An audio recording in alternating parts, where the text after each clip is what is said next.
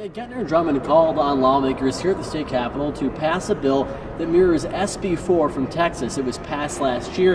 It allows Texas law enforcement to detain and deport illegal immigrants. Drummond says the state has been forced into this position.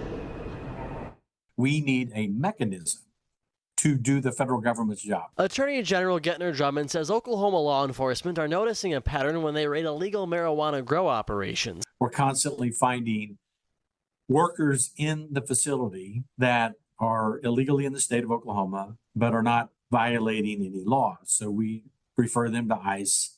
They are not detained. We find them in the next grow the next week, 10 miles up the road. So the AG has asked, and legislative leaders have agreed, to file a bill that mirrors legislation in Texas.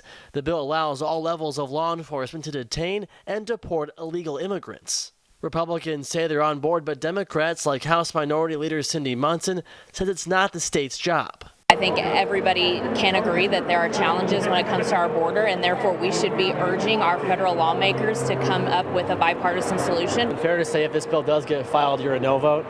Yes, and mostly because it's not going to do anything to actually solve the issue. If we want to have a conversation on state solutions, that would be another conversation. But right now it feels very much like it's pandering to certain rhetoric for an election year. Drummond arguing securing the border falls on the Biden administration, not Congress, and that the administration's policies are forcing his hand. I'm not on the ballot.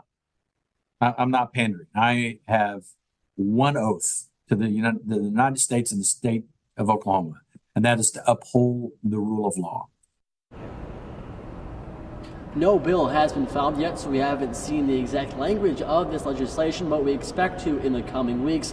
Drummond tells us both the House Speaker and the Senate Pro Tem are on board with this bill. Reporting live at the Capitol, I'm Andy Wepper, KOCO 5 News.